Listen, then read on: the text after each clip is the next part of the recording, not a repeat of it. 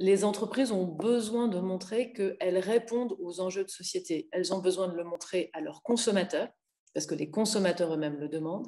Elles ont besoin de le montrer à leurs actionnaires, et c'est tout le travail sur la responsabilité extra-financière. Et elles ont besoin de le montrer à leurs salariés.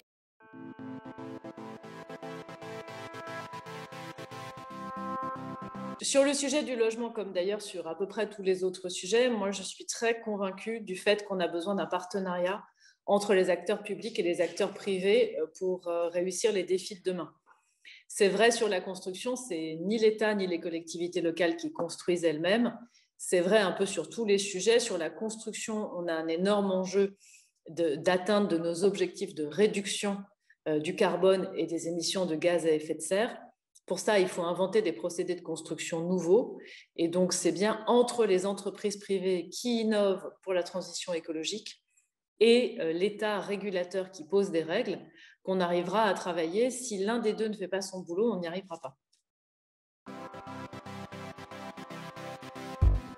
La crise Covid nous a amené à une baisse de la construction neuve en France l'année dernière, mais pas des transactions immobilières.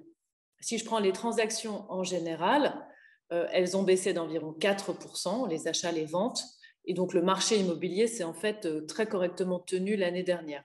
En revanche, sur la construction, on a perdu environ 65 000 permis de construire. On est passé en gros d'un peu plus de 430 440 000 permis à 380 000. Et ça, c'est supportable si c'est un trou d'air ponctuel. Mais si la tendance se prolonge, ça devient un problème. Et pour l'instant, on n'a pas encore totalement retrouvé la tendance d'avant-crise. Donc, on a besoin de soutenir la construction dans le pays. Pour relancer la construction, en fait, c'est tout un panel de mesures.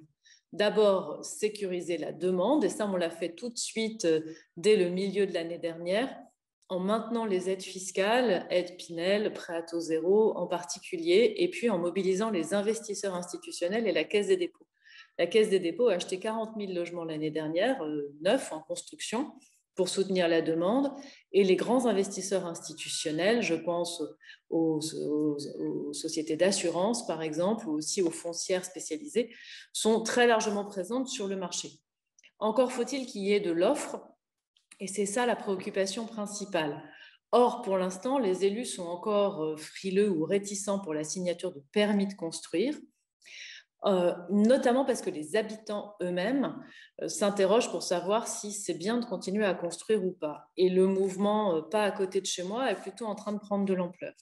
Donc, on a besoin de redonner ces lettres de noblesse à la construction. On a besoin de montrer que c'est bien de construire, ce qui veut dire convaincre les élus locaux, les aider un peu financièrement. C'est ce qu'on fait en finançant de la construction sur les friches. On a une aide importante aux opérations immobilières, notamment quand elles comprennent du logement sur les friches, que ce soit des friches industrielles ou commerciales. On avait déjà 350 millions d'euros et on en rajoute 300, donc c'est très important. Aussi, aider les maires qui signent des permis de construire avec suffisamment de densité. Et puis, au-delà de ça, réinterroger la manière dont on construit, la manière dont on habite. Et j'ai lancé une jolie démarche qui s'appelle « Habiter la France de demain », dans laquelle on montre que c'est possible de trouver la cohérence entre continuer à construire, mais protéger la nature, et qu'il y a des tas d'endroits où on le fait déjà. Donc, on a une centaine de démonstrateurs qu'on va rendre publics, qu'on va présenter dans un programme court grand public pour redonner envie de construire et d'aménager dans le pays. La prime rénov', ça marche très, très, très bien. La rénovation, c'est devenu l'un des actes forts des Français dans la période. Comme on a tous passé plus de temps chez nous, tous ceux qui le peuvent ont décidé d'améliorer la qualité de leur logement, et c'est une très, très bonne nouvelle parce que vous savez, le bâtiment, c'est à peu près un quart de nos émissions de gaz à effet de serre. Donc, quand on rénove, c'est bon pour la planète, c'est bon pour les économies d'énergie, c'est bon pour les économies tout court, pour les ménages, et c'est bon pour l'activité économique, puisque le bâtiment, c'est un secteur qui n'est pas délocalisable et qui avait besoin de carnets de commandes. Donc, ça marche très, très bien. On a lancé ma prime rénov' au 1er janvier 2020, donc juste avant la crise Covid. On a quand même eu 200 000 demandes l'année dernière. Cette année, comme on l'a ouvert à tous les ménages, donc à 100% des Français, alors que l'année dernière, c'était 50%, on espérait multiplier par 2, donc passer de 200 000 à 400 000. Mais on est déjà proche des 300 000 MaPrimeRénov' en 4 mois. Donc, on pense qu'on finira autour de 700 000 à 800 000, donc une multiplication par 4. Donc, ça prouve que cette aide a trouvé son public. Elle est proportionnelle aux revenus. On aide d'autant plus que les gens ont moins de revenus. Elle est liée aux vraies économies d'énergie. Et les entreprises du bâtiment sont globalement satisfaites parce que ça crée de l'activité. Vous avez raison, il faut que la politique du logement soit dynamique parce qu'on a encore une démographie dynamique. D'abord, on a 200 000 habitants supplémentaires chaque année en France et ensuite, le logement est trop souvent un frein à la mobilité professionnelle. Il y a des zones dans lesquelles il y a de l'emploi, mais les salariés ne viennent pas parce qu'ils n'arrivent pas à se loger. C'est vrai de beaucoup de zones tendues. Donc, c'est pour ça qu'il faut continuer à développer l'offre de logement, d'où cet effort sur la construction. C'est pour ça aussi qu'il faut favoriser la fluidité du marché locatif et on est en train d'améliorer la garantie locative Visale portée par Action Logement, ouverte à plus de salariés, ce qui rend plus facile le fait de lâcher un bail et d'aller en signer un nouveau. Et donc, on a besoin de continuer à soutenir l'offre et puis c'est aussi pour ça que je soutiens très fortement le logement social avec un objectif de 250 000 logements sociaux en 2 ans. C'est beaucoup parce qu'on en a fait 90 000 l'année dernière. Donc 250 000 en 2 ans, c'est un gros défi. Et c'est important parce que 70% des Français sont éligibles au logement social. Je souhaite aussi que les travailleurs et ceux qui ont besoin de se loger pas trop loin de là où ils travaillent, les travailleurs clés, ceux de la deuxième ligne, qui sont apparus dans la crise Covid, deviennent prioritaires dans le logement social et on va porter ça dans la loi déconcentration, décentralisation qui arrive au Sénat dès juillet. Moi, je suis globalement favorable à ces expérimentations, même si ce n'est pas la panacée. Ce n'est pas la panacée parce que ce qu'il faut, c'est construire.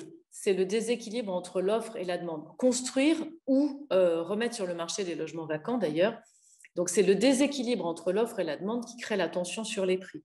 Donc, c'est important de continuer à construire et de mobiliser des logements qui ne sont pas utilisés pour le logement classique, les logements vacants, les logements qui sont trop pris en meublé de tourisme ou autres. Donc, c'est en développant l'offre qu'on arrivera à contenir les prix. Après, ponctuellement, ça peut aider d'avoir des mécanismes qui évitent que les loyers montent trop vite. C'est pour ça que moi, je suis favorable à l'entrée de tous ceux qui le souhaitent dans l'expérimentation. Et on va prolonger la durée de cette expérimentation pour avoir le temps de l'évaluer. Pour l'instant, on a Paris et Lille, on a d'autres villes candidates, vous les avez citées. Les dossiers sont en cours d'examen parce qu'il y a un certain nombre de prérequis techniques pour le faire, mais c'est pas mal qu'on ait un peu plus de territoire d'expérimentation sur cet encadrement des loyers. On est en train de se rendre compte que nous avons des ressources naturelles rares. Alors, on connaît l'importance de l'eau, par exemple, mais les terres agricoles, les terres naturelles, c'est aussi extrêmement important. Donc, dans la loi climat et résilience, on va essayer de réduire la consommation de terres naturelles et agricoles parce qu'on ne peut pas laisser l'équivalent d'un département devenir artificiel tous les 10 ans, comme c'est le cas en France. Sur les centres commerciaux, ça croise une deuxième question qui est l'importance de revitaliser les centres-villes. On a beaucoup de villes moyennes dont les centres-villes périclitent un peu, avec des commerces fermés, des taux de vacances commerciales élevés. Et on a déjà beaucoup de centres commerciaux en périphérie. Donc, on n'a plus du tout besoin de nouveaux centres commerciaux en périphérie. On a lancé un gros programme qui s'appelle Action Cœur de Ville qui sert à revitaliser les centres-villes. Et ça ne sert pas à grand-chose de revitaliser les centres-villes si on laisse toujours plus de surfaces commerciales s'installer en périphérie. Du coup, moi, je soutiens totalement, je porte ça dans le projet de loi climat, l'idée de dire on arrête, sauf dérogation limitée, la création de nouvelles surfaces commerciales en dehors des centres-villes, en périphérie, quand elles consomment des terres naturelles nouvelles. On peut réutiliser des friches industrielles ou commerciales existantes, mais on n'a pas besoin d'aller consommer de l'espace naturel pour des surfaces commerciales qui vont après faire concurrence au commerce de centre-ville alors qu'on en a déjà suffisamment. C'est indispensable de traiter les émissions de CO2 du bâtiment parce que le bâtiment au sens large, c'est à peu près un quart de nos émissions. Pour ça, il faut travailler à la fois sur la construction neuve et sur la rénovation. Sur la construction neuve, nous venons, après des mois de discussions et de concertation avec les différentes filières, de sortir une norme qui s'appelle la RE 2020, qui est la nouvelle manière de construire à compter du 1er janvier 2022 et qui a une trajectoire de baisse très forte des émissions de gaz à effet de serre de la filière construction. Et après, sur la rénovation, ce sont les aides du type MaPrimeRénov' qui, en encourageant la rénovation, permettent de réduire nos consommations d'énergie. Grâce aux différentes aides, sur la dernière période connue, 2016-2019, on a réduit globalement la consommation d'énergie de tout le parc de logements existants d'1,5%. Et ça nous met à peu près sur notre trajectoire de l'accord de Paris. Mais notre trajectoire, elle s'accélère à partir de 2023. Il faut réduire de plus de 2,5% par an. Et donc, c'est pour ça qu'il faut faire plus sur la rénovation.